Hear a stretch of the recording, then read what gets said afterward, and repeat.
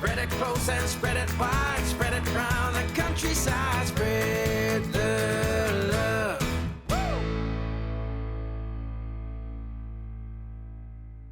Let's recap, Shelly. We bought an RV, packed up our entire house, got stuck in a mountain, lost our antenna, left Los Angeles, dumped our sewage accidentally in a shower, got yelled at by a lady in a van full of chandeliers, danced on the side of the road, and have otherwise been having the time of our lives. Let's see what happens today. Hey, what's the deal? I think this is somebody's house, and this is their property. And so what they said is that we have to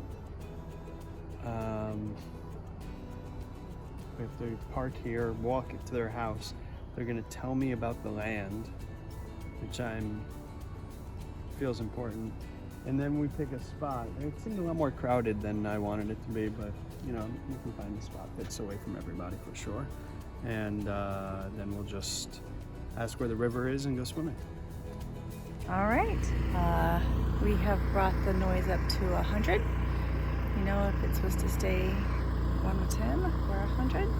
We've got a dog that has decided that she will be yippy this entire trip. And we're running our generator, and nobody else is. Like, why aren't they right? It is 100 degrees at this campsite.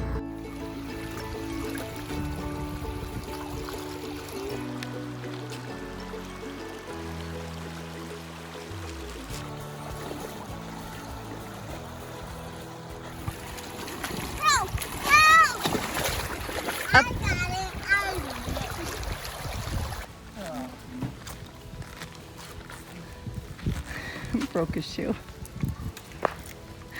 He's broken 2 pairs of flip-flops.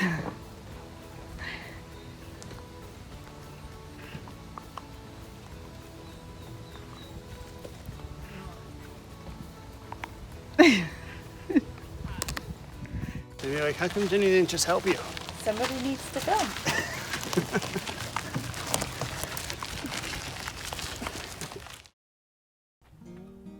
Getting to teach the kids about the outdoors was a big part of why we wanted to do this.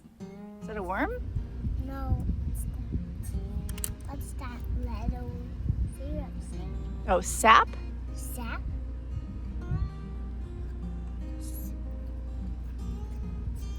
It's sticky too. Very sticky. Yeah, it is sticky.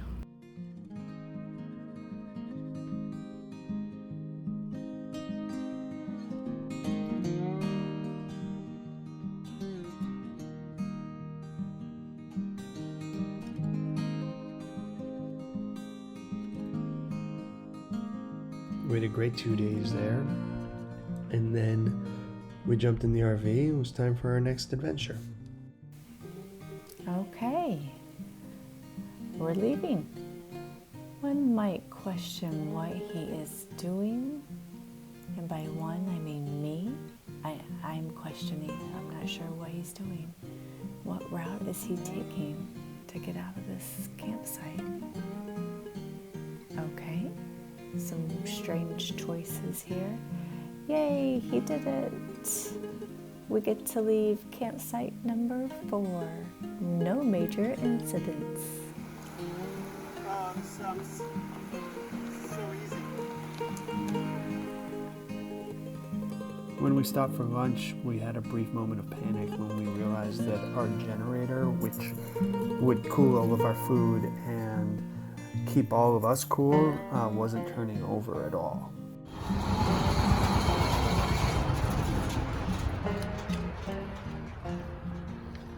Hello. Hi. You did it. Yeah, so new learning, if you push to stop first, it primes it, so that way you can, it starts easier, because otherwise we're having to come to rolling over. Other issue with us leaving this is now we don't have a place to keep them. Yeah. It'll take me 2 seconds. We pushed this down into a couch for more space. It is nice as a couch. It is nice. Let me glance to see if there's a picnic table. Okay. There was no picnic table. I found the river, and there it's fast moving. and it's about a foot with rocks, and then it's deep. And then there was some rapids, but I did not find the waterfall. I think it's further. Okay. But I also get nervous in wooded areas by myself.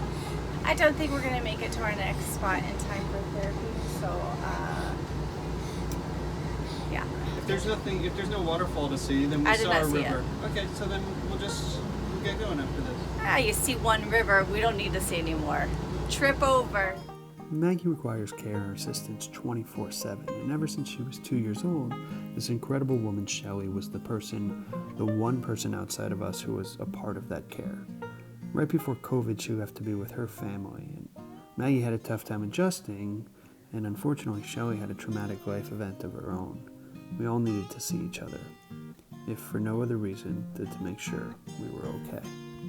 Maggie, look who it is. Look who it is. Hi, Max. Oh, hi, Taylor. Hi, you.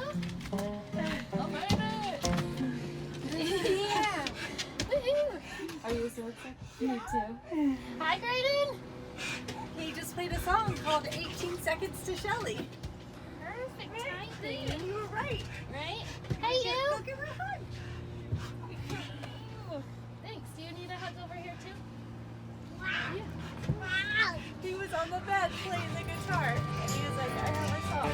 After everything we had been through since the pandemic had started, after everything she had been through since the pandemic had started, everything Maggie had been through since the pandemic had started, just reuniting with Shelly was like getting our family back together.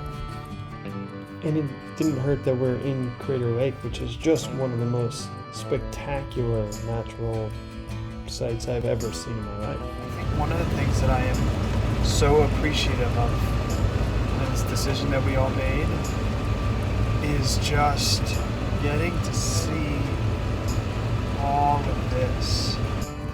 So right now it's kind of a race against the sun. We don't have a reservation anywhere tonight, and I've been told that we can just park on forest land and stay there overnight, but we drove into a national park and are still inside of it. So we have to find a place to park. There are some designated areas where we can, and then we have to park and set up. And because we have an additional friend with us now, we also have to set up her tent and make sure that that's safe. And that's never a good idea to do in the dark, at least it doesn't seem like it to me, novice camper. Jenny's driving behind me, Shelly's driving behind her. Neither of them know where we're going or if I have a plan that will work. They're both right. I don't really.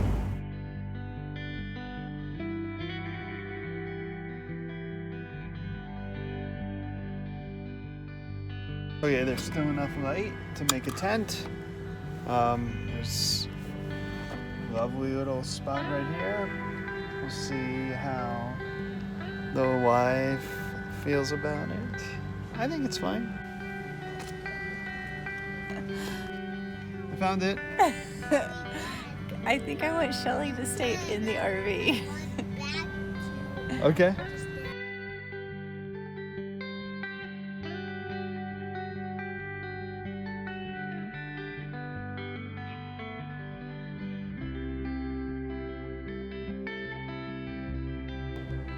Running out of light, but tent is up. RV slide outs are out, and we are just here for a few hours. Our footprint is sizable. You'd think there were like 18 of us.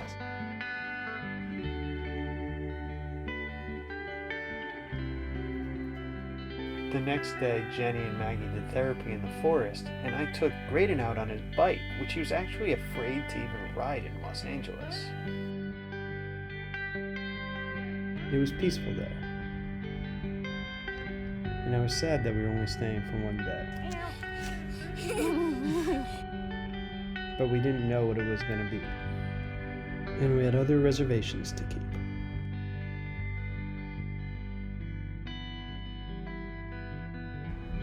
Where to next? Well, we go to a dairy farm where we get to milk a sheep. They happen to have a river there, we splash around in, and we kayak in a lake that was probably poisonous. I hope you'll subscribe so you can follow along with us.